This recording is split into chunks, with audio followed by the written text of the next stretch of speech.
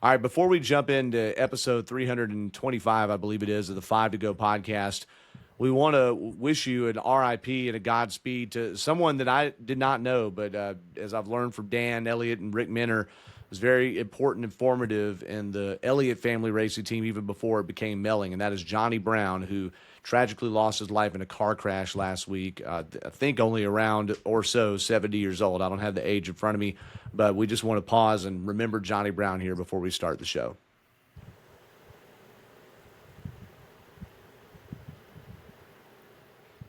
And a Godspeed and remembrance to many people, in fact, over the last year that the Georgia racing community has lost, including Rex White, who they'll have a little tribute for him at Atlanta Motor Speedway coming up here in about a week. But welcome to episode 325 of the Five to Go podcast, where we're going to go a little deeper into Georgia racing than maybe those living outside of Georgia would normally see us do, although we often play for the home team here, so to speak, and we'll definitely be doing that here as we talk about the Georgia Racing Hall of Fame inductions that I was proud to get to be involved in this past week. And, of course, Devin, you were there on the scene. But I'm your co-host, Doug Fireball Turnbull, from the announcing team at Performance Racing Network and from our traffic team at 11 Alive News here in Atlanta, AJC Gridlock guy, and various other things and hobbies of nature here. So glad to be with you and so glad to be joined here by two good buddies of mine.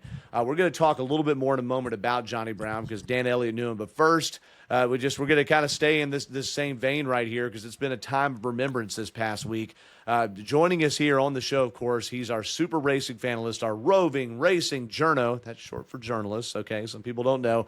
And he's just graduated from University of North Georgia. We need to put this boy to work, media. Let's go. Devin Kupka, I know we're going to laugh today. We're going to smile. We're going to talk about racing. But there are things that are more important, and someone important in your life is no longer with us here, and there is a racing connection. So I'd love for you to talk to us about it, buddy. Yeah, on Sunday, my grandfather went to be with the Lord. He lived a great life. R.C. Curtis, we knew him as Papa, and that's how pretty much he was known in the later years of his life. Everybody referred to him as Papa, but he lived a great life, served in the U.S. Navy, worked for Pan Am for a long time, worked for the FAA, had a lot of fun doing that, and he was a great grandfather to not only me and Drew, and then helpful with my parents, my mom, and all that, and my grandmother as well. So we're certainly going to miss him, but I know that he would not want us to be held back in a sense of that, he would want us to continue, be happy in life, and not be held down by anything. So, probably wants us to move a little bit forward, but still a sad thing. But I do want to say this, and we're going to break it down later, but he was your NASCAR connection here. He was a Jeff Gordon fan when Jeff Gordon used to race. Wasn't the biggest NASCAR fan, but when Jeff Gordon retired, didn't really watch the sport as much. But when I started watching, and whether he'd be over here or I would be over there at their house, he transitioned into a William Byron fan, the 24 car, because that's how he always referenced to him, the 24 car. We saw he passed away in hospice care early Sunday morning, and William Byron goes out, wins the Cup race at Iowa on Sunday, and he happened to pass away in room 15, and that ended up being William Byron's 15th career Cup win. So, oh my goodness, all of this seems connected. So that gave me a sense of peace on Sunday night. That seeing Byron win the race, because Byron hasn't won a Cup race in a while, since February. So since the Daytona 500, yeah. From race 1 to race, I believe, 22 or 21. That's pretty wild to think that it took him that long to win. And, Devin, when you texted me early Sunday morning to tell me the news there, you said you were hoping for a Byron win for that very reason. And sure enough, there it was. And, by the way, the 15th place starter in that race ended up finishing 6th, Bubba Wallace. He's the one, so just staying with the number 15, he's the one that won, of course, the Brickyard 400 a week before. And Wallace, from what I read, and I did not see as much of the race as I liked, actually had to fight back for 2 laps down, too. So we'll stay with 15s and 24s and so forth there. But rest in peace, R.C. Curtis there. And, of course, thoughts to you. And that was your mom's stepdad and your whole family there, Devin. And, of course, your brother Drew and your dad Andrew as well. Joining us, of course, here as well. Devin, I know you expressed condolences. You've known Devin for as long as I have, just about. But Dan, you also are dealing with the loss of someone you knew that we let off the show talking about too, sir. So hope you're well. Yep, doing well. Yeah, Johnny Brown, he was an integral part of the to me the most important years, because that was the years that we had more people that volunteered than got paid, and Johnny was one of the ones that stepped up early in our racing career and helped us a lot, because Johnny's family was a lot in the tow truck business, and through my dad and through associates Daddy had, knew Johnny and his family, and that's how the friendship kind of started.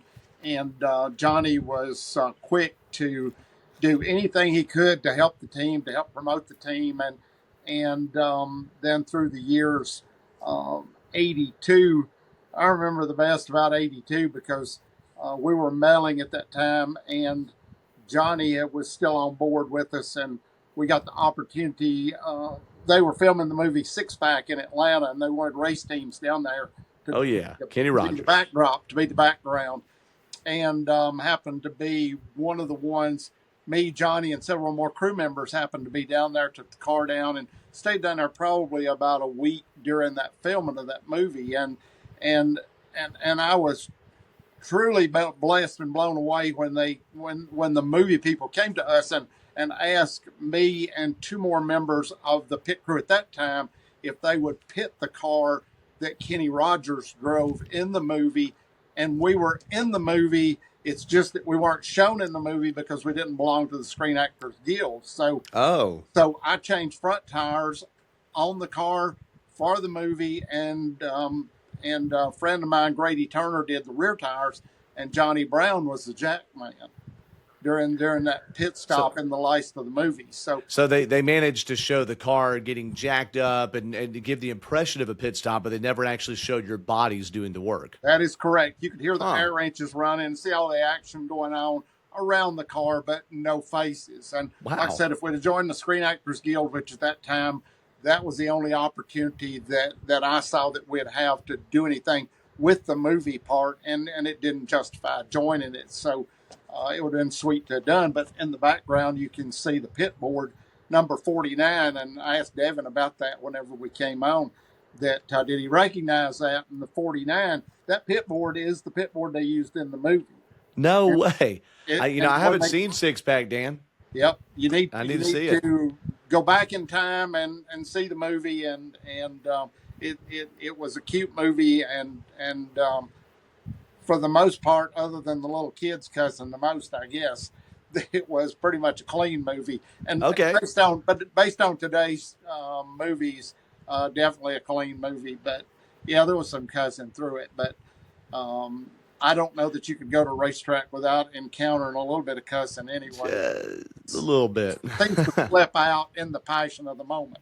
But no doubt. But Johnny is definitely one of the people that I won't soon forget, and was so instrumental in the early years. Like I said, when it paid absolutely nothing, Johnny was usually the first one on the spot to help out. Well, rest in peace to Johnny Brown there. From what I understand in both of these cases, with your granddad, RC, and in Johnny's case there, the family or the deceased themselves haven't wished to have any services or anything like that. But if you all want to pay condolences either way, there's a Facebook page for Johnny Brown. You can just look up the one that has to do with racing, and a lot of people have been writing stuff on his wall. Devin, I know people can reach out to you through social media and, anything about that. We want you all and your family in both cases, Johnny Brown family and Devin, your family too, to feel loved. So that's certainly what we're all about right here. Missed, that's for sure. What's that now? Certainly missed. No doubt. No doubt. Well, before we get into the Iowa recap and then a couple of news stories from the week, we're not going to dwell on those for too long.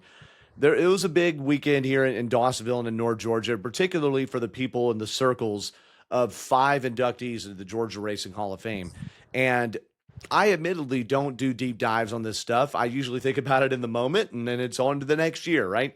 But I do want to extend and talk just a little bit about who went into the Georgia Racing Hall of Fame. So we know former NASCAR president and chairman, who's now in an emeritus role with NASCAR, I think it's best to say, but he had a big imprint at what is now called Echo Park Speedway here just south of downtown Atlanta, Mike Helton.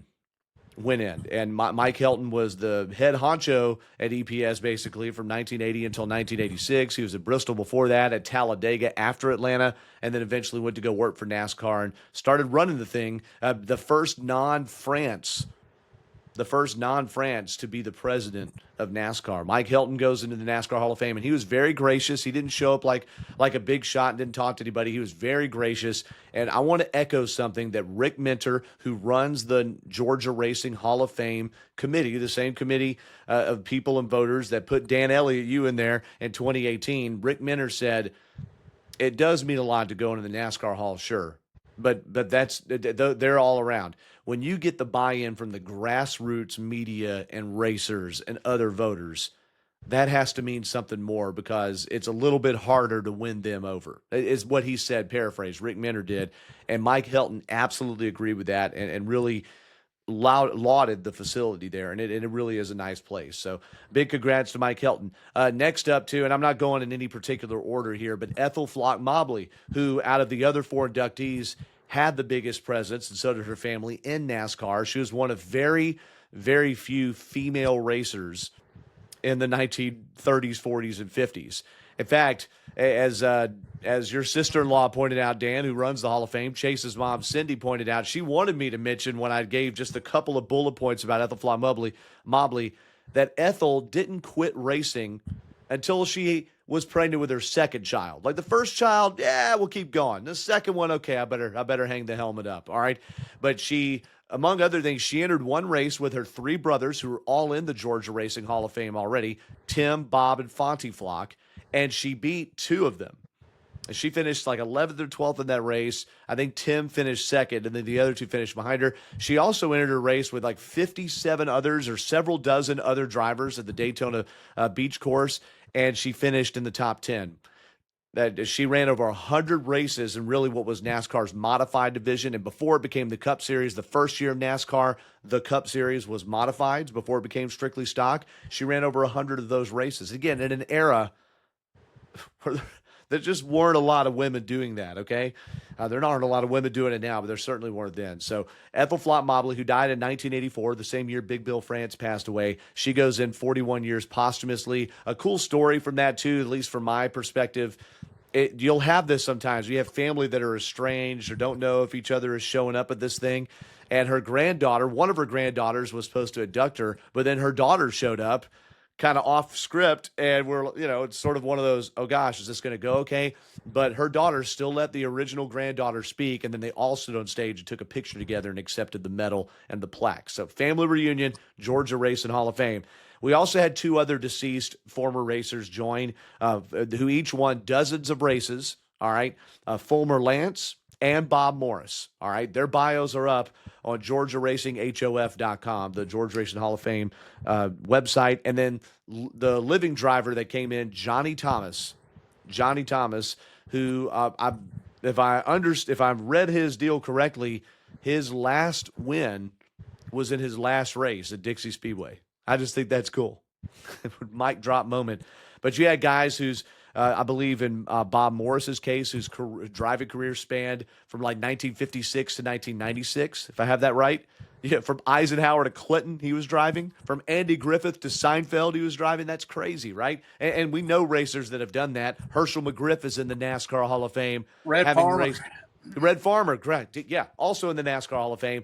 So it's unreal. And Dan, I want to come to you on that. I know, Devin, you're there, and I want your comments too. But Dan, it's one thing to have a ton of trophies, and that is the number one thing that defines a Hall of Famer, right? But when somebody has a career in racing, especially behind the wheel that's competitive, that you're talking 4 decades or more, that is something, right? Yeah, you can't deny, because it comes at a time, you look at Ethel Flock and you think, it was just opportunity she had. No, it's one of those things where I've said on this program before that the women of that era was tougher than the men were. Oh, man. You had a lot of women during that era that were.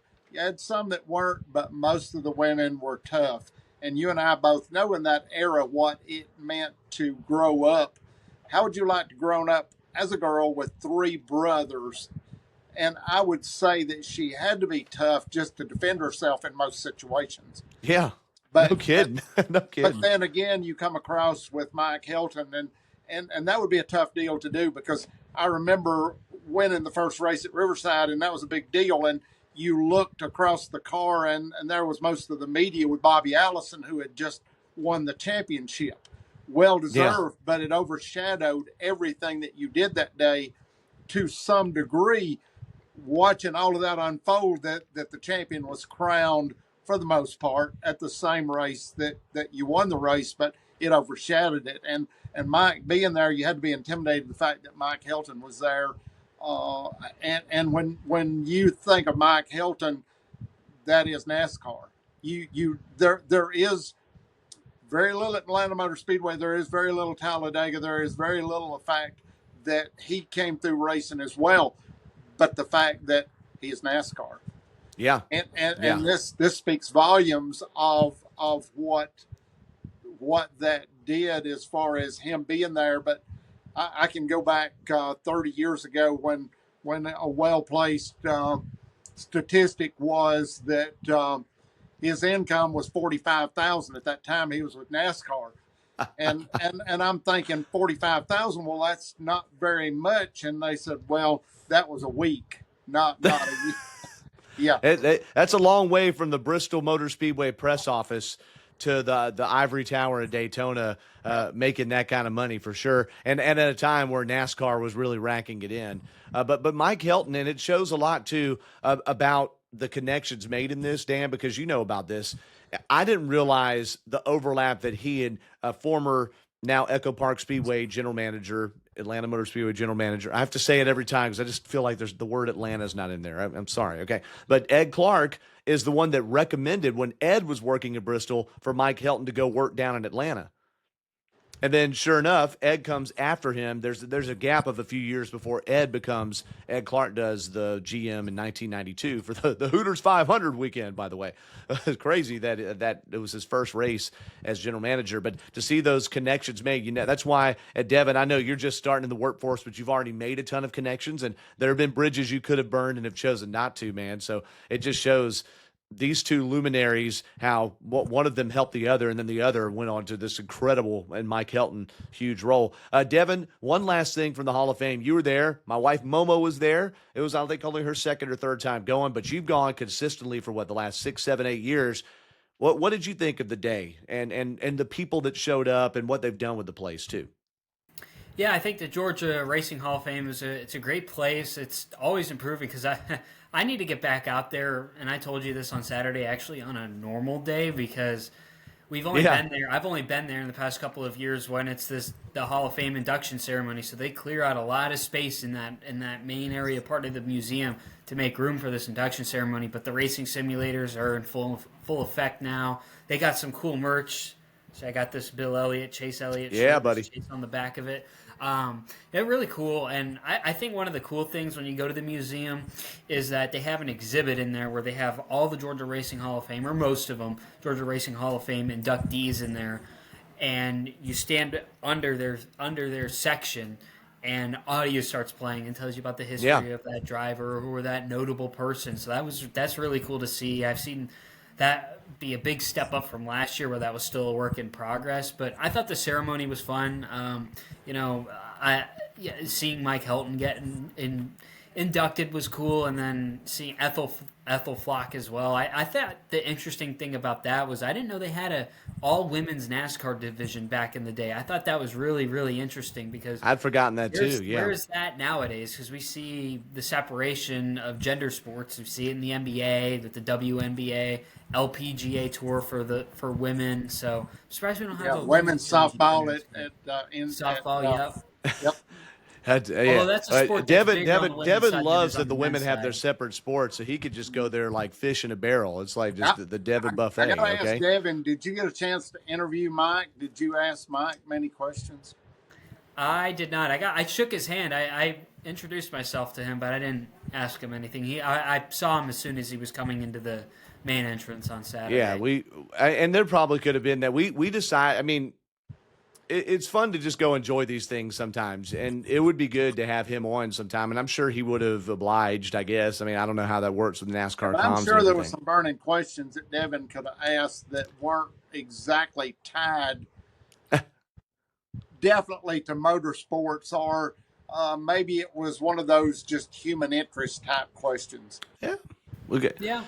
We'll have to endeavor that and think about that more too. And by the way, Johnny Thomas, the only living driver that was inducted. Again, we had the three that were deceased, including Ethel Flock Mobley.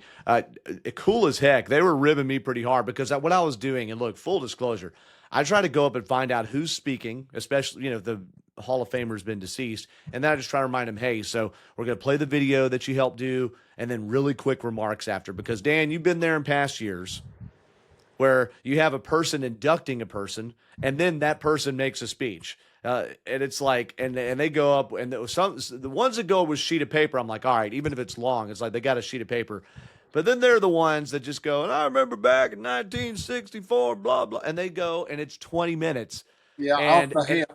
and everybody is eating already. We eat first, and you're like, oh my gosh, read the room, please. And I know I run my mouth on this show, but my gosh, that is tough to sit through when five people do it. And so we kept that ceremony popping. But Johnny Thomas's crew, just to finish that thought, they started ribbing me pretty bad. They're like, oh, don't worry, we'll only cuss a few times up there. No, my speech is only 20 minutes, no big deal. But it was really funny, and it was really cool to see how excited each of the families got. One thing, too, before we get to you, Devin, Ethel Flock Mobley, I learned on this day, and I probably had read it years ago, that they had a sister who passed away. I believe, I forget which illness, maybe it was tuberculosis, but they had a sister that passed in her 20s, and she was a wing walker, a parachutist who ran away from home to parachute in the armed forces. All right? What a cool family, the Flocks. All right? Go ahead, Dev. Yeah, my thing, you were talking about the speeches too, the introduction of alcohol as well. So. Oh, yes, yeah, with the alcohol this year. Yeah, if you got somebody up there who's had a couple of McUltras or a couple of Budweisers, I believe is how you pronounce it, yeah, that could be interesting. And, of course, if anybody in the crowd has had them too. But nothing was off the hinge there, despite there being a distillery outside and all of that. Everything was very buttoned up. All right, on to Iowa now. Thank you all for listening here. 22 minutes into the show, we're going to get to present-day NASCAR, but that was worth it, and it was worth remembering R.C. Curtis and We're going Johnny to Brown more as well. corn now, aren't we? We're going to go from corn whiskey to kernels of corn. Okay. William Byron, as mentioned before, the victor in this race, he really stretched his fuel to do that. A lot of cautions, especially through stage 3 as I get caught up on this race, that really allowed that to happen.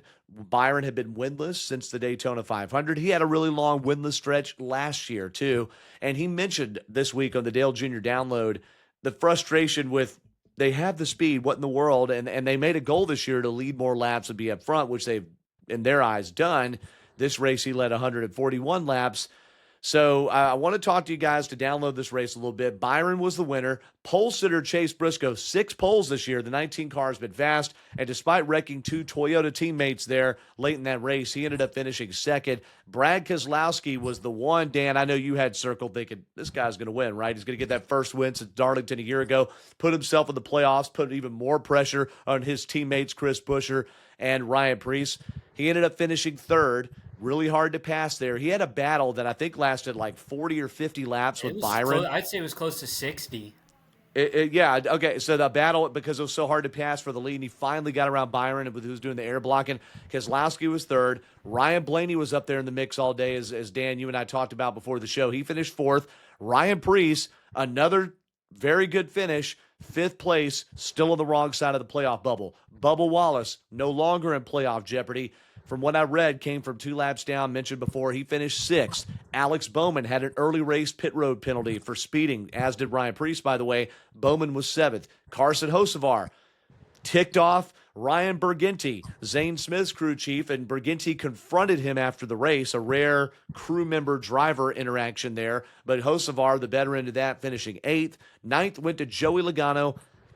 And Austin Dillon, didn't even know he was still in the Cup Series. He finishes 10th. No offense, but he's not been a factor this year. Dillon was also at Saturday's Xfinity race in place of Austin Hill, who was suspended for one race, as we mentioned last week, before the conduct there for the hooking of Eric Almirola. Austin Hill will be back in the number 21 Xfinity car this week. He has a playoff waiver, too, so he's eligible for the playoffs, but will have 0 playoff points. With that, Devin, Iowa, I know you had a tough day Sunday.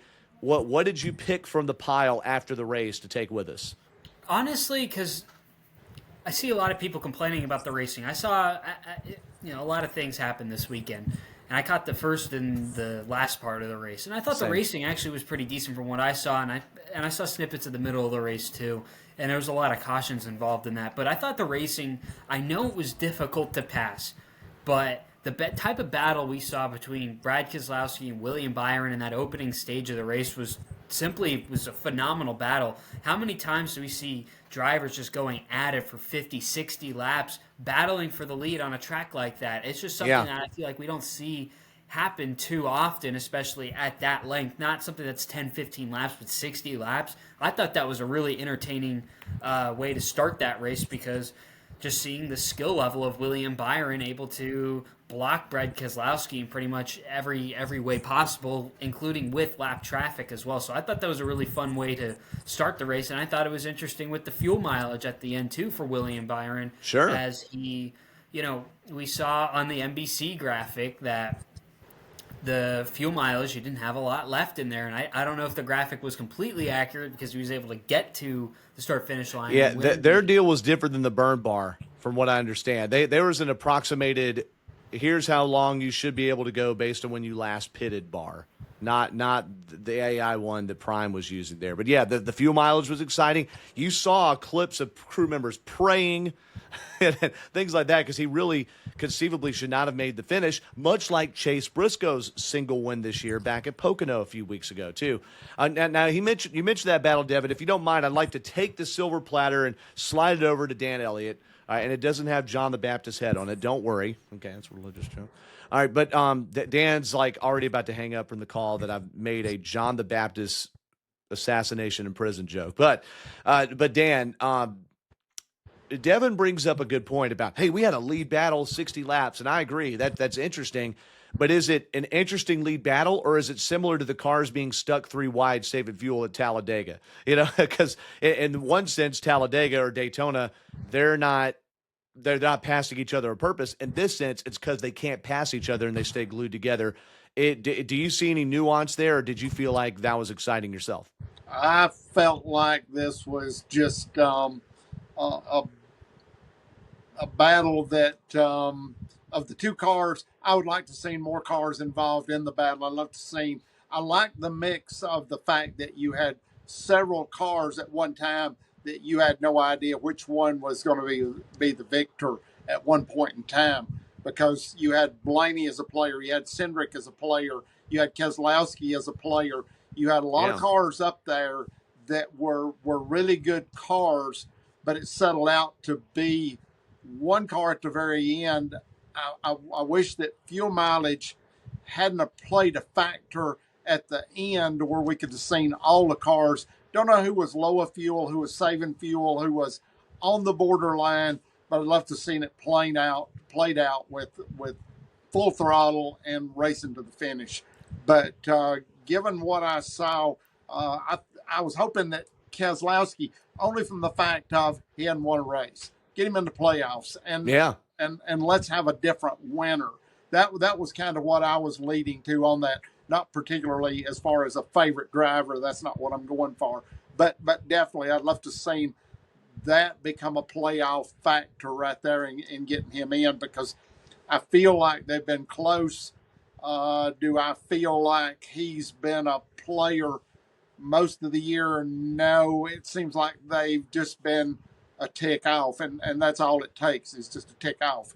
And I feel like that several teams have been that way. I looked at Cindric, I thought maybe this might be Cindric's day, because he's shown signs more so to me than Keselowski has in certain races that he would have been the victor before the race was over. But the number of caution flags played into, I think the excitement of gathering the cars together on the restarts and having an exciting through the field run, and then it's like they say, those caution flags pack the field back up together, which probably bred more caution flags out of that.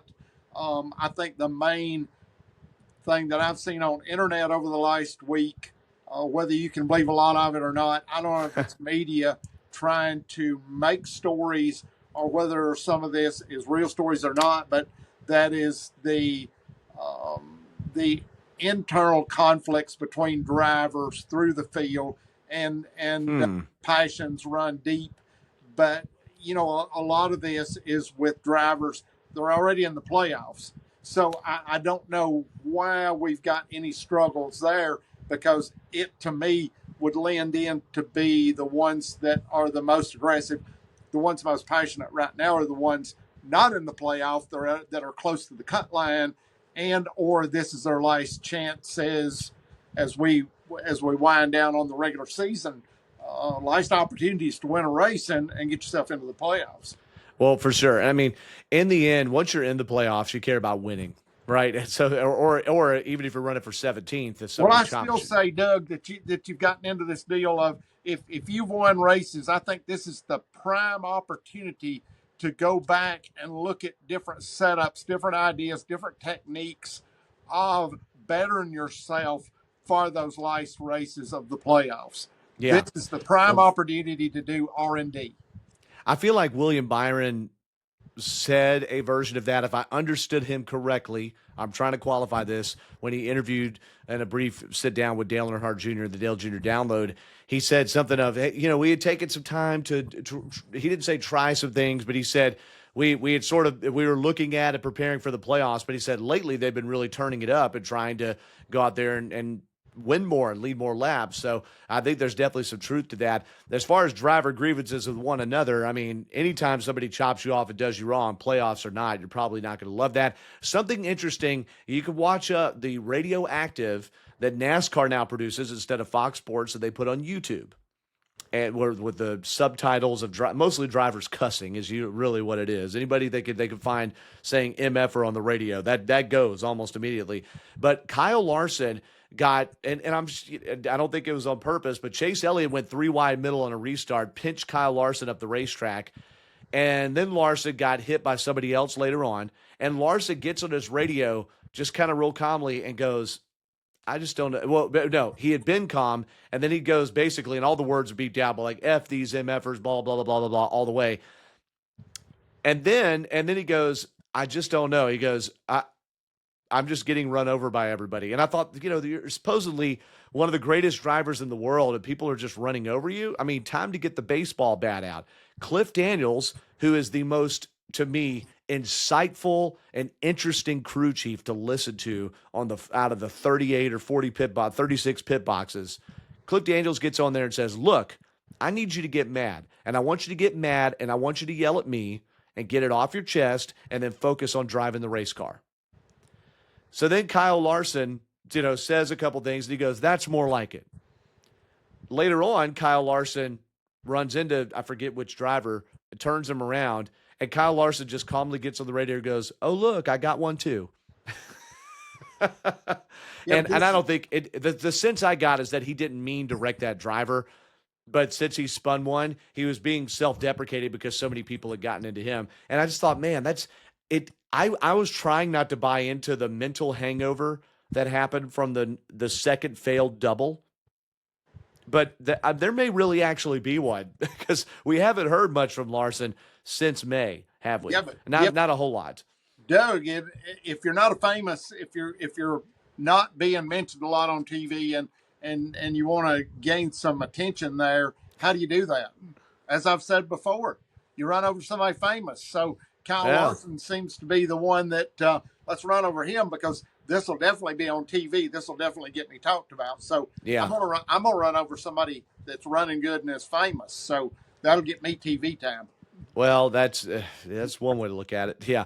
By the way, William Byron, by virtue of his win there, has gotten back to 18 markers ahead of Chase Elliott in the playoff standings. Brad Keselowski, because of that thrilling battle with William Byron, did win both stages there in Iowa, but again, was not able to close the deal. It's win or go home for the 6 team, although they'll still race all 10 races and try to win a race, right? That's very important, and finish as high as you can in the points, even once the playoffs begin. And it's not like the season's over for these other drivers. We saw in 2022 that the first, I think it was 3 or 4 playoff races, if I'm not mistaken, were won by non-playoff drivers, including Tyler Reddick at Texas in 2022, who won after being eliminated from the playoffs. So then he was a non-playoff driver. Bubba Wallace won Kansas.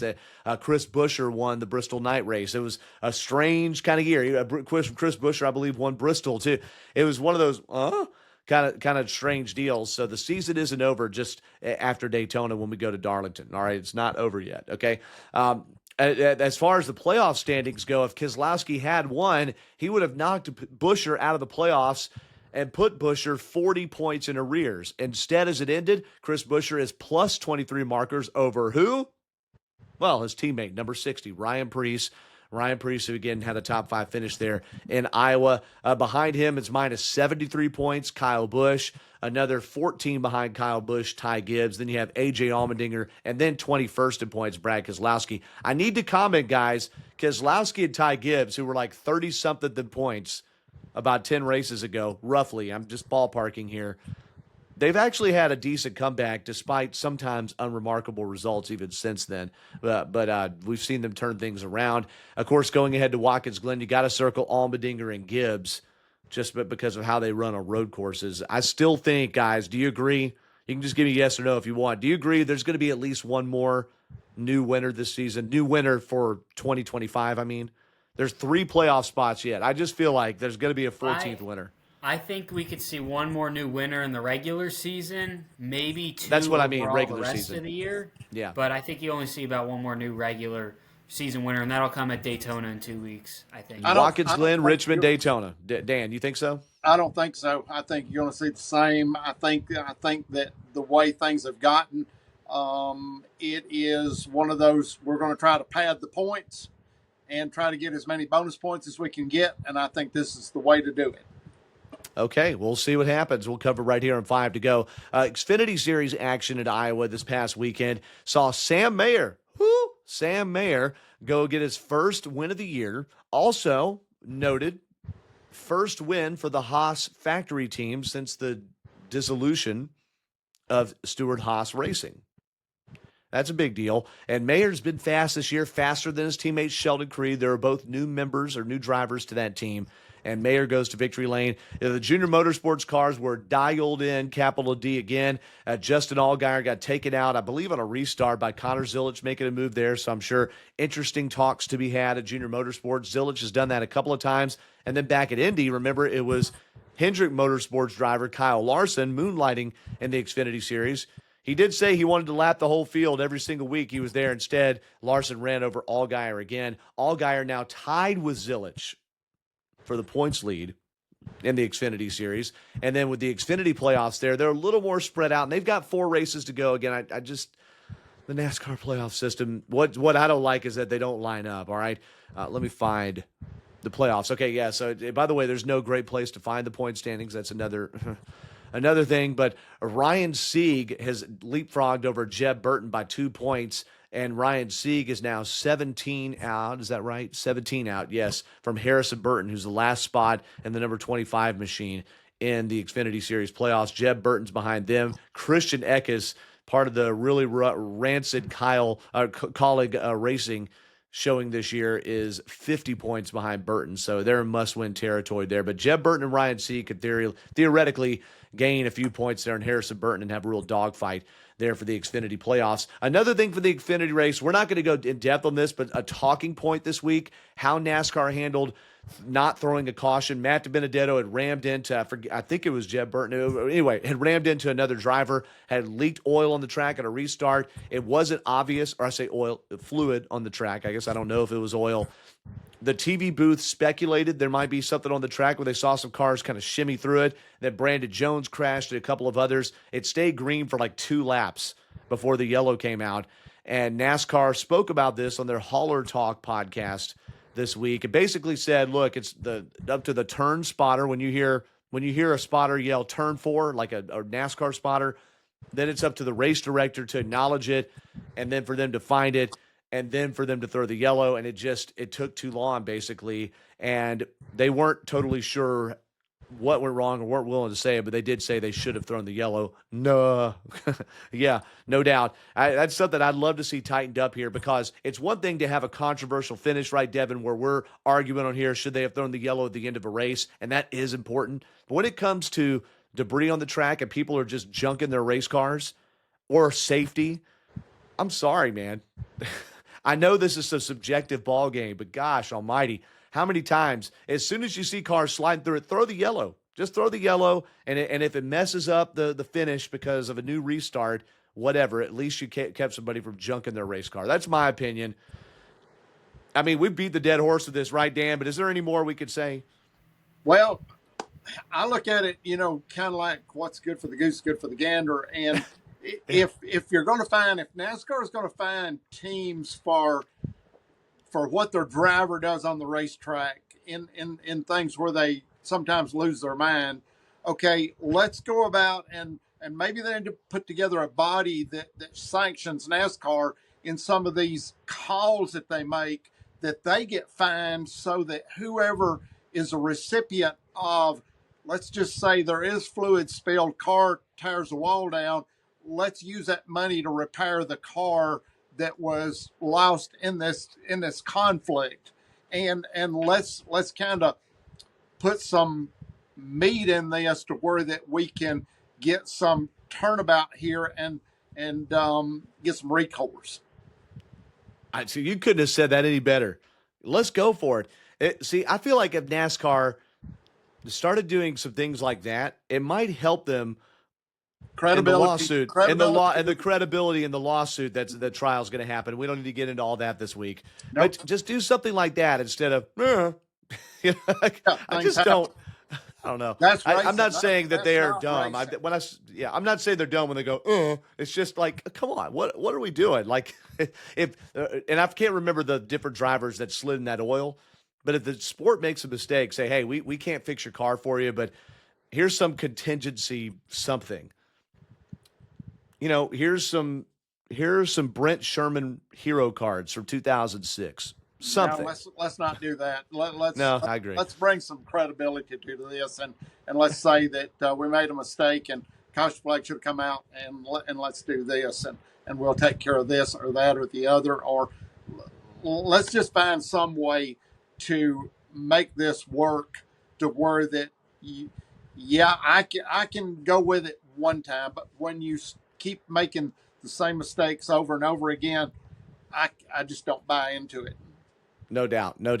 And now that Truck Series action, they're going to be back on the track, and we'll preview Watkins Glen here in just a moment. And I appreciate both you guys' insight here on the yellows and the what have yous. All right, but we need to talk about a little, I guess, silly season. Yeah, it's silly season. At the Truck Series may end up shaping to have the biggest silly season of the three, and that's because they have a new manufacturer entering, Dodge.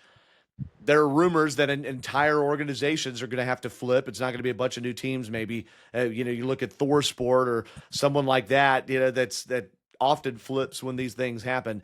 So we don't know anything about Dodge and which drivers or anything. That seems to have been kept pretty close, except for the Cletus McFarland rumor that got dispelled, I guess. So we get this press release. Was it Monday, Tuesday? Kaden Honeycutt released from Nice Motorsports mid-season for the rest of the year because he is choosing to leave the team for 2026 and join a new OEM or a new manufacturer. You're like, what? I mean, drivers are allowed to switch teams. That's weird. Well, then the news comes out a day or two later that starting not at Watkins Glen, but starting after that Kaden Honeycutt will take over for Stuart Friesen, who, as we mentioned last week, critically injured in that dirt modified crash in Canada last week. So he's going to be with a Toyota team, and it's rumored that he might be going that Kaden Honeycutt might be going to Tricon Garage, where a lot of people think. I mean, we all would imagine that Corey Heim can't spend another year in trucks, right? So there's that 11 Scott Zipadelli led truck. It's going to be sitting there, needs him a hot shoe, and why not plug a guy like Kaden Honeycutt, who hasn't won yet but has got a lot of speed? But this is a weird situation, Devin, because again, drivers aren't often let go mid-year because of the partnerships, the sponsorships. And it seems like there's some bad blood or just something we're not knowing. It's kind of a chicken and the egg thing. Did the team find out he was leaving and cut him? Was there something going on behind the scenes? Are they just mad that he's not staying with them after they gave him a ride when he didn't have full sponsorship? I don't know, but something smells rotten in the state of Denmark to me. Yeah, it's kind of odd that we're seeing a lot of these mid-season driver firings lately, because it's something that hasn't really happened a whole lot. What we would see in the past, let's bring in instance for Kyle Busch in 2022 when he went over to RCR. We saw, he was with Joe Gibbs the whole year, but we saw the performance of the A team really tick away as the season went on, especially the late stages. I remember Bristol. There's engine problems, and all the problems seem to be on the 18 car. And I feel like that's what we've seen a lot of in the past was, okay, this if it's a part of a team that has multiple drivers on it, they're not going to get the best equipment. They're probably going to run into the most problems when it comes to equipment failure, not always going to be the driver's fault. See more of an experimental ride than it is, let's go out and fully perform. Yeah. I just find it interesting that they're switching manufacturers in the instance of Kaden Honeycutt, our new OEM. Well, he's going to another team that happens to be a different OEM, yeah.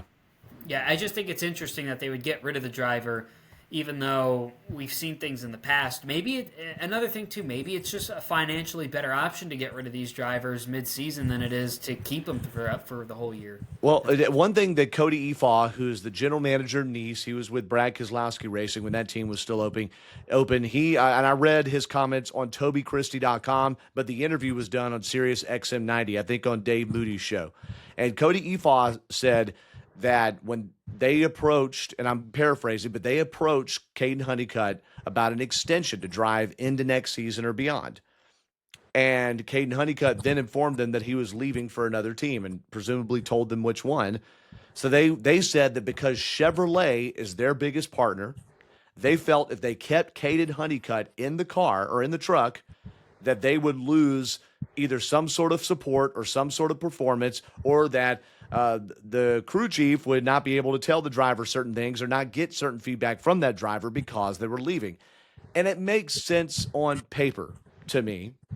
But I also, Phil Gould, by the way, that crew chief, but I also, Dan, think we've seen drivers leave things all the time. And while, as Devin noted, the performance could slip, I mean, that seems like you're looking for a reason to get rid of somebody to me. But maybe it is, Dan, that they have so much money from Chevrolet and that money was spent specifically on Kaden and they feel like he was disloyal to them. I don't know. Do you have any opinion on this, Dan? Well, I've got a lot of opinion on it, but it comes down to manufacturers, because of the money they're putting in, are going to dictate so much of what the teams will have to do. And we've seen it over and over and over again where a certain driver does not go with a team manufacturer of who they're supposed to be with or support, and what outcome that has had. This has become a big deal. And I feel like as the teams grow more and more in strength with manufacturers, that's what you're going to see more and more of, because this deal is getting, in that respect, it's getting very personal. That's a great point. That is a really great point. We saw Zane Smith in 2023 announce that he was leaving Front Row Motorsports because they didn't necessarily have a ride hammered out for him. He was sharing a ride sometimes with Todd Gilliland part-time at Cup. Smith was full-time with Front Row for a couple years with Ford and trucks. And he's like, hey, I'm going to go to Trackhouse and drive a Chevrolet. And that came out of left field, right? When you say, Devin, I feel like you were at the press conference. Maybe you weren't, but I feel like that just came out of left field. What? Zane Smith to Trackhouse? That's weird. He was a Ford guy. Kevin Harvick, I remember saying a year ago, and we discussed it here in 5 to Go, said Zane Smith, as he found out he was losing his ride at Trackhouse early in the season, they said Michael McDowell's coming in. Zane Smith took a long time to get things signed and the ink dried with Front Row Motorsports, and Kevin Harvick, who is a management, has a management company and also was tied in with Ford at one point, although not really anymore, said he thinks that Zane Smith burned some bridges by running so quickly from Ford after they had backed him for so long. So there could be something there, as you said, Dan. The manufacturer determines, hey, man, we threw all this money at you. Kaden Honeycutt won the Snowball Derby, did this, did that, and now he's what?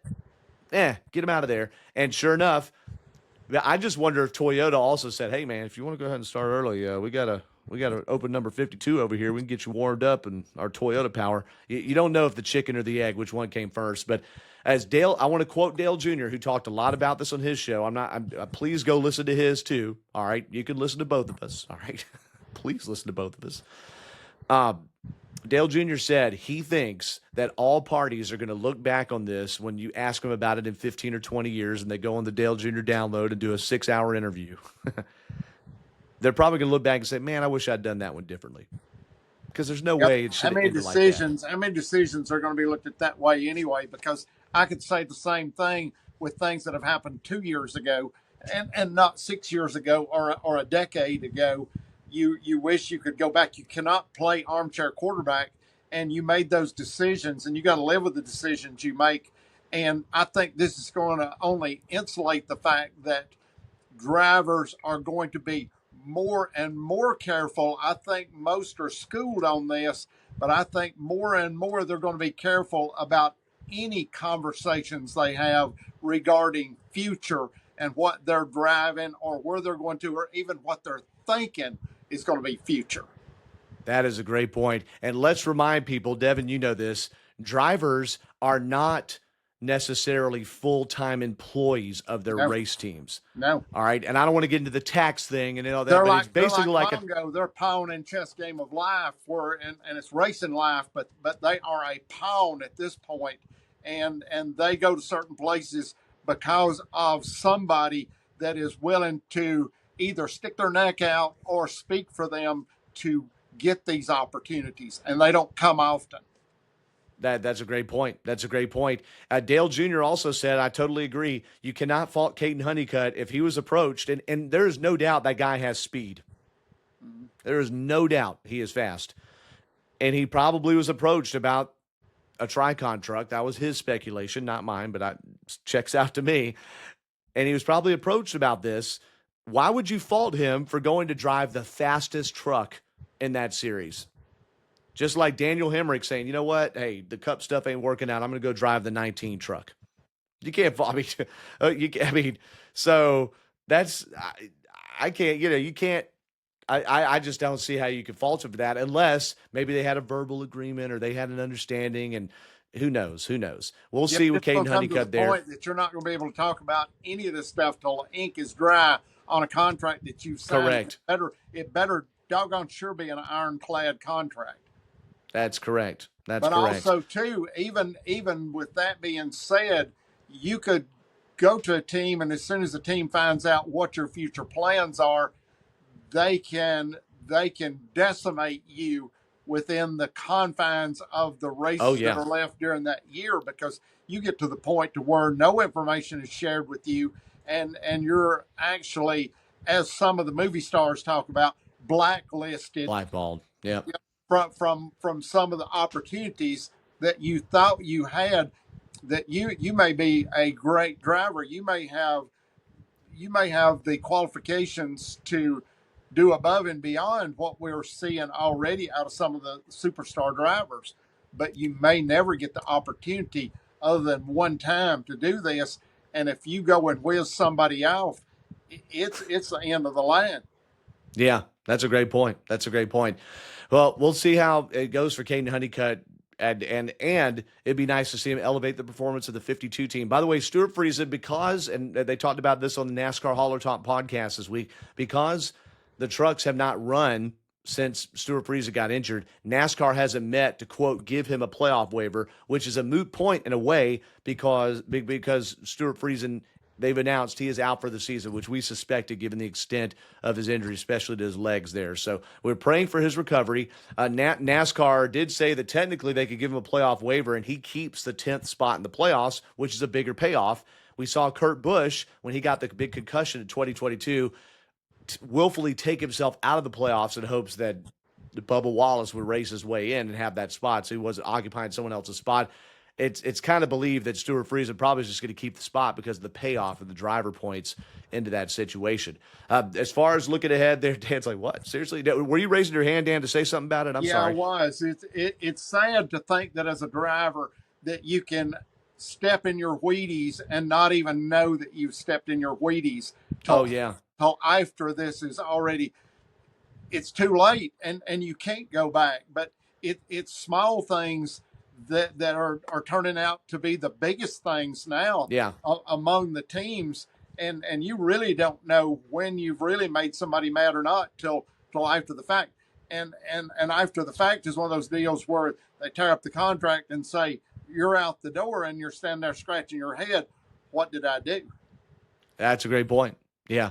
And we've heard those stories, especially as the podcasting world's exploded and you've heard more of these in-depth, hour-long driver interviews. You've heard a lot of those stories about drivers and owners both that, boy, when they're at loggerheads, it's a tough, tough deal. You forget these are humans that are driving these things. They're not superstar, superhero robots. They are heroes, but they're not robots, all right? All right, coming up this weekend, Watkins Glen here, and I want to look at these entry lists, just see any names that pop out. We won't go over every single one. In the Cup Series, Josh Bilicki will be in the 66. He's known for road racing, got Garage 66. Connor Zilic will be in the 87. He's got to be an outside for Trackhouse, outside person that could steal a Cup win. Wouldn't that be fun? Oh, yeah, we did get a new winner. Just not anybody eligible for the playoffs. I'm in for the anarchy of that. I'm in. And Catherine Legg, trying to build on what she did there in Indianapolis with her best career finish over a week ago. Also, J.J. Yaley will be in the 44. Catherine Legg will be in the 78. Xfinity will have a ton of different drivers. Want to point out Austin Green could be a contender. Shane Van Gisbergen, you got to circle him for sure. Michael McDowell will be the one that's in the calling number 11 this weekend. Preston Pardis always runs the road races, but instead of his own team, he'll be in the 07. Josh Bilicki will be in the 91. Kaz Gralla will drive for the Sam Hunt Racing Team number 24. And how about this? Austin Hill will be back in the number 21 car, and Austin Hill will drive the number 53 for Joey Gase. How does that work, Devin? Yeah, that'll be quite interesting. Now the 21 in the Xfinity Series and 53 in the Cup Series? No. I'm talking about in the same race. Oh. It's Austin J. Hill. There will be two Austin Hills. No drivers will miss the race. So let's say swap out a driver, 38 entries, 38 drivers, and there will be two Austin Hills. I thought there now might be imagine, a different number hold on. each side of the car. Now imagine if this had been the race that Austin, the championship contender Hill, had missed. We would have missed an opportunity to have two Austin Hills in the same race. This is exciting, boys. Okay, no one's as excited as me. All right. If I even watch it. Okay, so no, I will watch it. Okay, that's on the CW, and we'll get to the truck series here. They race Friday early evening, all right? So maybe, fellas, you can get away with watching this one before you have to go to dinner with the family, all right? Let's see, all right? Or maybe your family watches the whole race together and you order a pizza. I don't know. But William Sawalich is in the one truck. William Lambros, who I know nothing about, is at the Josh Reaume's number 2. Kyle Busch is at the 07. Sammy Smith is at the 7. Both of those are Spire Motorsports. Ross, the Boss Chastain, will be in the number 44 for Nice. Connor Zilic will replace Kaden Honeycutt in the 45 truck. By the way, in that 45, it's expected that Bailey Curry, who had been driving the 44 lot, is going to run a lot of the rest of the races this year for the number 45. 52 will be Christopher Bell. Kaden Honeycutt will be in the number 52 starting after this race, but Christopher Bell will be in there. Wesley Slimp, who had a horrible race the one time he ran for the Halmar Friesen team, he'll be in the 62. Chris Buescher will make his truck debut in the 66. Derek White will drive for Carl Long's number 69 truck. Now, here we go, guys. Brent Cruz, who won the who has won several times at ARCA this year. Brendan Queen won the ARCA Iowa race. Brent Cruz will be in the number 70 truck. I was like, what is that? It's for Brent Cruz Racing, apparently. I imagine that's going to be a Toyota-backed effort, probably some satellite Tricon garage situation. My guess, I haven't looked that up. And Parker Kligerman, who has won road races in the trucks in the number 75 before, will be in the number 75 truck here. The schedule this weekend, real quick, fellas. I promise we're going to talk about some more, okay? The ARCA is going to run Friday at 2 p.m. Truck Series, Friday at 5. Xfinity Series, they race Saturday at 3 on the CW, and the Cup Series, which I believe will be on USA, Sunday at 2 p.m. Any opinions, fellas, of what you checked out from the NBC/USA coverage? They took over Lee Diffie at the booth and so forth. Devin? Well, the first time in 10 years, NASCAR and NBC has debuted a new graphics package, which I knew you were going to say that. I've got to say, in sports history, that's got to be the longest running graphics package we've seen. That's a good point. What graphics package goes more than 5 years, honestly? I don't know. I never pay attention to it at all. Let alone 10. But I'm going to give props to NBC Sports because it's pretty much the Amazon Prime graphics package. I don't know which one it belongs to. I don't know if it's Prime's or NBC's. Debuted on Prime's, but they made NBC made it different enough to the point where it looks different from Prime. They changed up the fonts a little bit. There are some other changes too. The wipes and all of that, those are different as well, the motion wipes. So they got a whole new suite of graphics, so it looks different enough to distinguish itself from Prime, but some of the basic stuff looks the same, just that the fonts are different. But they did a conscious effort to make it look different enough, honestly, where you could make a point where some things aren't the same. That's an interesting point there. Yeah, the overlap because they have so much involvement with Prime Sports' coverage, and we saw that just a few weeks ago when they were doing NASCAR. Okay, new graphics package. I noticed that. Dan, I don't know how much you watched, but you and I, being older school race fans, did you appreciate that they did the entire starting lineup? Because I was all about it. They went 1 to 38 or 1 to 36. Yeah, I was, but there is one thing that is lost in all of this conversation about coverage, who's doing this, who's got the best. All the arguments I've seen from fans from trying to get something changed to be different. Let's not take the focus off the product, because if the product is good, then I think regardless, I think the coverage is going to be good. So I want to see a product that delivers. And I've seen the product deliver in most of the events, and some of it, the product is what it is. It just can't be helped. But let's do what we can to make the product better. Then that way the coverage will automatically, I think, be better because we've got a better product. And maybe both of these working together can do that, but I don't know how you're going to affect the product on the racetrack without making some changes to what we got in the program to make it better. And I've just not seen enough yet to satisfy me on, because like I told you, I can mute a broadcast and watch the broadcast and see what I need to see. I don't need to be told every little nuance of the detail of it. Yeah, it's nice to have the information a lot of the times, but most of the time I can pick that out myself on what I'm looking at. And most of the educated viewing public can do the same thing. But I want to see a better product. And just like the Iowa race, I want to see more cars up front. I want to see the deal to where that through the field you can pace without getting into the conflicts of cars getting together and in a situation to where it should be easy to pace, or the pace is completed pretty quickly and it doesn't get complicated and wreck several cars or the rest of the field. But out of this deal at Watkins Glen, I love Watkins Glen, been going there, went there quite a number of times, and I enjoy Watkins Glen, and I think it's a storied history. It is a great racetrack. And Devin, I don't know if you've been there or not, but if you ever get the opportunity, you need to go there because the history there is just incredible. And you hear that a lot from the people that live around there and what they've seen in their lifetime. But I want to see that event be one to where that it's not hard to pace.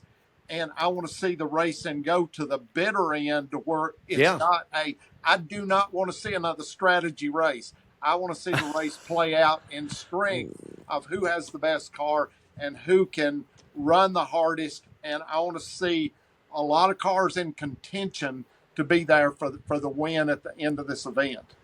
Well, I would love that too, to be just a straight out knock them down, drag them out, basically.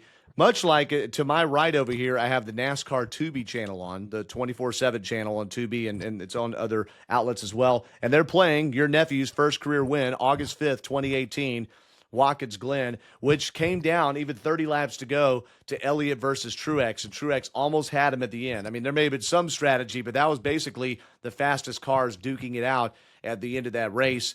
I got to say, Dan, I'm with you on what you want.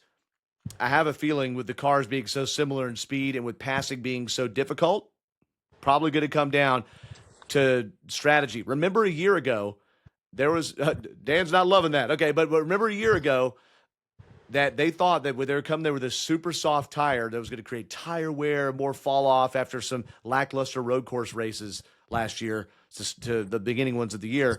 And it didn't make a ton of difference, although it had an incredible finish between Van Gisbergen and Buescher ended up winning. So, I hope it comes down to what you're saying, though, Dan.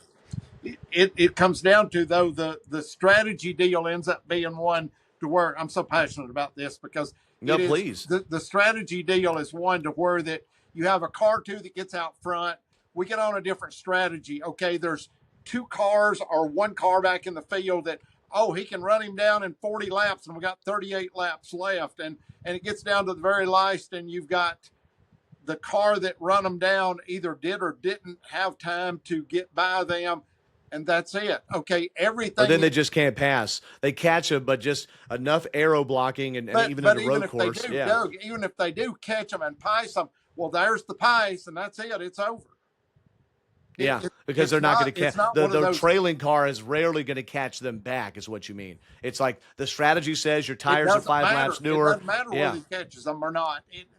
They whether he catches them and has to stay there or whether he don't, the race is over. And that's it. You have moments of, I'm pulling for this driver to catch this other driver, and once he does, if he don't pace him, he's right there, and that's it. It's over. Or he paces him and goes on, and that's it. It's over too. So it's one of those things where they're not duking it out to the last. It's can he catch him, and once he does, he's either gone or he's stuck, one or the other. Yeah, unless there's a questionable caution or something at the end. Absolutely right. Now, and look, we could do a whole episode on how do you change the car, which the easiest thing would be to just make the Xfinity car the Cup car, right? But just go there, make the Xfinity car the Cup car, and I'm not saying this. These Cup cars faster again. Well, there's talk about more horsepower too. NASCAR addressed that, especially on the short tracks. But we just don't have the time to quite dive into that one today. But yeah, you make a great point, Dan. No, but the coming cars up, have changed so much. The cars are so aero dependent. The tires are so engineered that you could make a tire kind of do. If you wanted to engineer a square tire that would run, I think they could do that. And put treads in them. Put treads in them. Yeah, just put treads, have them burn off every. Put treads in them, have it burn off every 20 laps, and make the tire bill make 4 tires not $3,000 or something. I don't know. Just at this point, I'm to everybody needs to get hand grenades and banana peels like Mario Kart, and just I don't know. I don't actually mean that. I don't actually mean that. It's just, but it would be fun. Okay, maybe the All-Star race. All right. Hey, look, we've covered so much here. One thing to look ahead to Iowa is who did well last year. So who is? Excuse me, not at Iowa. At Watkins Glen. Where are we going? Yeah, let's go back to Iowa and have 600 laps and see if we get one DNF, because there were 0 DNFs in Sunday's race, by the way. So now, Watkins Glen. Who was the most recent Truck Series winner at the Glen? Devin Kupka, go. I have no idea. Dan Elliott, go. Is Austin Hill in 2021? Trick question. Okay, yes. Who won the most recent Xfinity race? Austin Hill are you talking about? Not the one with the J in his middle name. I could darn assure you that. Okay, it was Austin Hook 'em if you got 'em Hill. All right, the genuine Austin Hill. The genuine super speedway ace / retaliation ace, Austin Hill. Yes. All right. Who won the Xfinity race a year ago? It was a big deal. It was a big moment. It was a big moment. I was in Nashville, so I don't remember last year. You don't remember anything after you went to Nashville. That's correct. Okay, Tequila Sunrise, open your eyes. Dan. Gisbergen. If only there were a driver named that. It was Connor Zilic. Okay. Connor Zilic, who got his first career win and his first Xfinity I think that was his first Xfinity start, if I'm not mistaken. He came back to win, too, by the way. All right, big deal. All right, so Connor Zilic, who won last year's ARCA race at the Glen. Oh, yeah, deep cut. Well, a deep cut that I'm talking about ARCA, that's it. It was Connor Zilic. There you go. So Connor Zilic bagged 2 trophies at the Glen a year ago, and of course he cleaned up in the same car that Brendan Queen has been cleaning up in this season. All right, and then Cup Series, of course, a year ago we already mentioned it was Chris Buescher. The other 2 winners in the Gen 7 era, going back to 2022 in the Cup. Anybody? 2022, 2023 Watkins Glen winners. Truex won one of them, and maybe Larson. Larson won in 2022. Who won in 2023? Dan. Devin was rooting for him Sunday. William Byron. So Larson, Byron, couple of Hendrick cars, won the first Gen 7 races at the Glen. Chris Buescher just barely beat Shane Van Gisbergen a year ago for that. Drivers in the Gen 7 era, that's all, as far back as I'm willing to go, how they've done in the last 3 races there. Joey Logano, the most points. He's not won, but 2 top 10s, average finish of 9.3. Chris Buescher, second most points, including the win last year. Christopher Bell, third most. Let me stop on Christopher Bell. This dude has hemorrhaged points and positions since he had those 3 wins early in the season. Yep. He had another crash into another slide up the track. And so there's something a little bit off on the 20 team, and they got bit by the timing of the cautions in Iowa.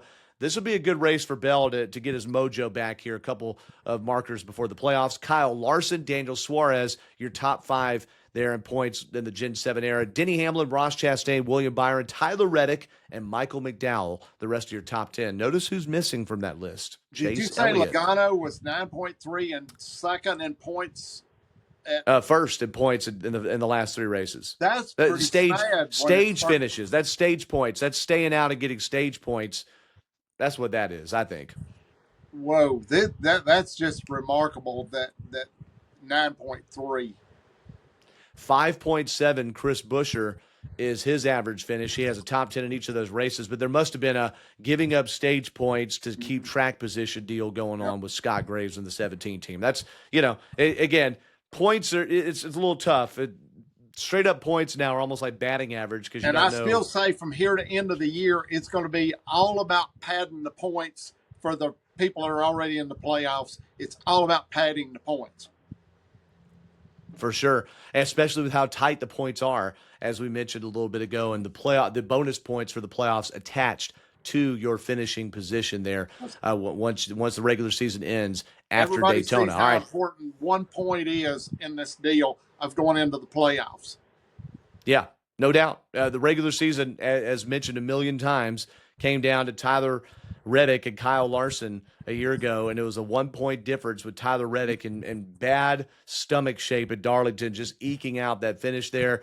And yeah, that's how that goes. Okay, so we've covered a bunch today, including the Georgia Racing Hall of Fame, honoring 2 people that meant a lot to us there, Johnny Brown and Devin's grandfather there, R.C. Curtis. We talked about, but maybe not everything in Iowa, but we gave you the postcard version of Iowa, the Georgia Racing Hall of Fame inductees, including Mike Helton and Ethel Flock Mobley. And we talked about the weirdness of Kaden Honeycutt's deal. We previewed Watkins Glen, talked a little bit about timing and the method of cautions for NASCAR. And that is where we cross the start-finish line here. And the last thing before we hit the stripe is our final thoughts there. Devin, you got anything loaded up on the hard drive? Really, I don't have too many. We talked about the NBC switching the graphics. That was going to be my final thought. But looking forward to watching my first Watkins Glen race in 2 years because I was in Nashville rooting for the Jets against the Titans last year. Because remember, Watkins Glen was a playoff race last year. So it was. In the NFL season. And I got to miss it because I was at an NFL game. But and before we end your final thought, you will be at the racetrack again next weekend. I just found out actually about 2 or 3 hours ago that I will be at Richmond Raceway for the NASCAR Craftsman Truck Series regular season finale and then the NASCAR Cup Series race on Saturday night at Richmond Raceway next weekend. So I'm pretty excited about that. I've been by Richmond, and that was a long time ago. Not the track, but the city. Yeah, that's a great city. New York, but I've never been to Richmond where Really Raceway cool before, city. So I'm looking forward to it. Going to be a nice, easy, relaxing weekend. Not as intense as Indianapolis was, but it'll be fun. I love to hear that. I'm so glad you'll be there. Look forward to what you're learning from that race. Truck Series playoffs, by the way, with what? This is 2 races left, correct? Truck Series playoffs, 3 ThorSport drivers are on the bubble. All right, Ty Majeski with no wins is in by a sizable amount of points.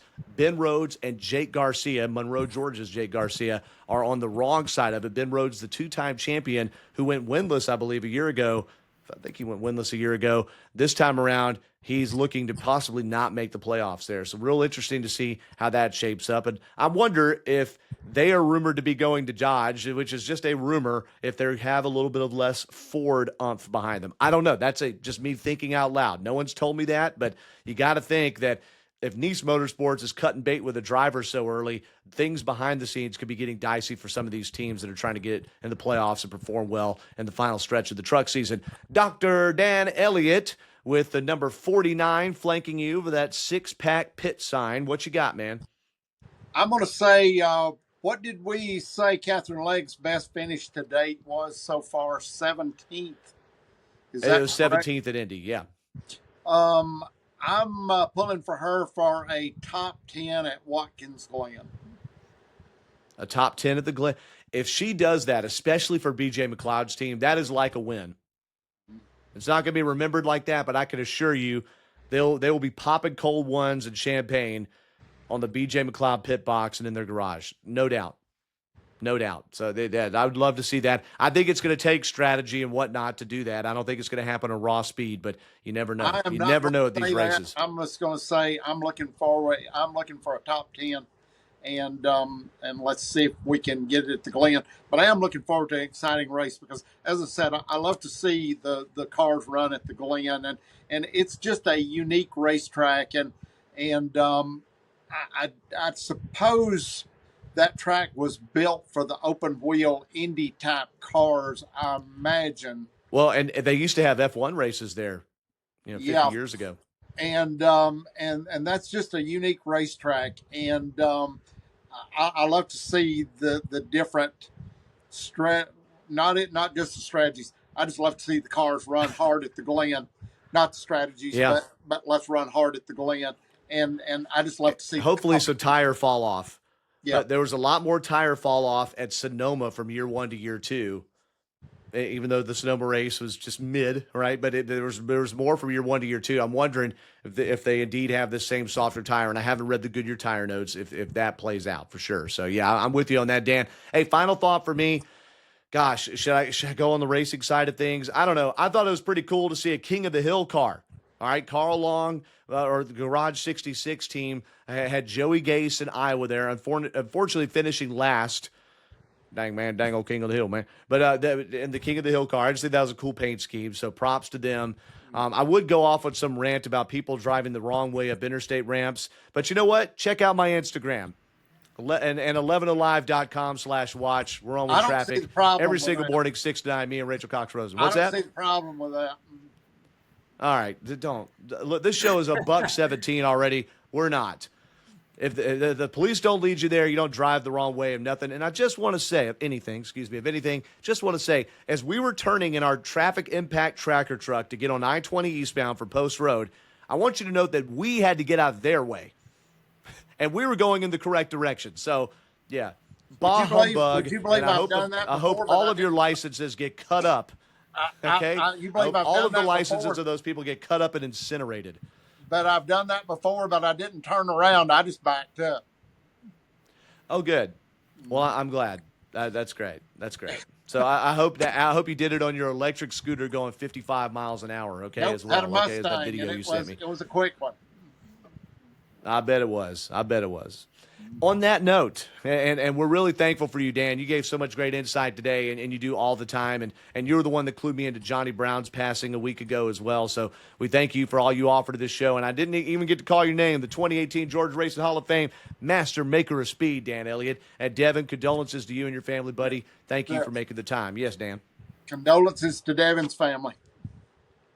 Absolutely, man. We love the Kupka family. We love the Elliott clan, and I ain't too against these Turnbulls and Lessers and whatnot on my side either. Williamses and all the other ones. So yes, we thank you all for listening here. You're the best. Please, share this podcast. We'd love to keep growing this thing here and really reward the efforts that Devin and Dan put in each time. Be sure to go to the 5 to Go podcast Facebook page. All sorts of videos. They're going nuts. Devin's taking all sorts of good stuff from when he was in Indy. I know there's going to be a lot of more good stuff from Iowa. I try to share little news bits that we get that come across my feed across onto that as well. Our YouTube page, 5 to Go podcast. Got to put the word podcast in there. A lot of good videos of that, including each one of these episodes. We're also on Apple and Spotify and GoPRN.com. And we thank you all for listening. For Devin Kupka, Dan Elliott, I'm Doug Turnbull. God bless. Have a great one, and we'll talk to you after the Glen as we enjoy some reprieve from the summer heat here in Atlanta. Take care.